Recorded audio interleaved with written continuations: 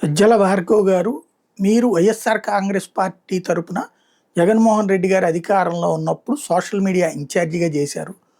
ఆ టైంలో మీరు చంద్రబాబు గారి మీద, ఈవెన్ విజయమ్మ గారి మీదన, షర్మిల గారి మీదన, వీళ్ళందరి మీద, పవన్ కళ్యాణ్ గారి మీదన పోస్టులు పెట్టింది వైఎస్ఆర్ కాంగ్రెస్ పార్టీ. దుర్భాషలాడతా పెట్టారు, దుర్మార్గంగా పెట్టారు కదా. వాటికి బాధ్యులు ఎవరు? మీ సొంత ఆలోచన, లేకపోతే మీ పైన బాస్ ఎవరు? ఇది అడిగారట. ఇవాళ ఈనాడు జ్యోతి రాసుకొచ్చిన సజ్జల భార్గవ్ 2 రోజుల విచారణలో అడిగిన ప్రశ్నలు 120 ప్రశ్నలు అడిగితే రెండింటికి కూడా సమాధానం చెప్పలేదు ఆయన అని. సరే, గుడ్, మంచిది, అడగడంలో తప్పులేదు. ఆయన చెప్పకపోవడమా లేదా అన్నటువంటి దానికి కరెక్టా కాదని రేపు కోర్టు తెలుస్తాయి.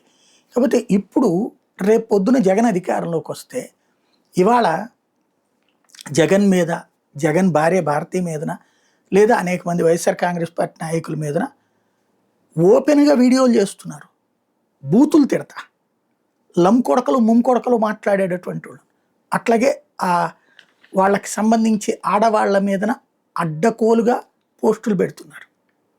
మరి అట్లాంటి వాళ్ళందరికీ బాస్ ఎవరని చెప్పి రేపు పొద్దున ఇప్పుడు ఇక్కడ ఏంటి భార్గవ్ వాళ్ళ బాస్ జగన్ని చెప్పించాలన్నది ఉద్దేశం. అప్పుడు రేపు పొద్దున వస్తే చంద్రబాబు లోకేష్ బాస్ అని చెప్తారా? ఈ సోషల్ మీడియా పోస్టులలో కంట్రోలు నేను నైతికంగా కరెక్ట్గా ఉన్నా, నువ్వు నైతికంగా కరెక్ట్గా ఉండు అంటే జరుగుతుంది. ఇప్పుడు అధికారంలో ఉన్నటువంటి ప్రభుత్వం విచ్చలవిడిగా చేస్తుంది.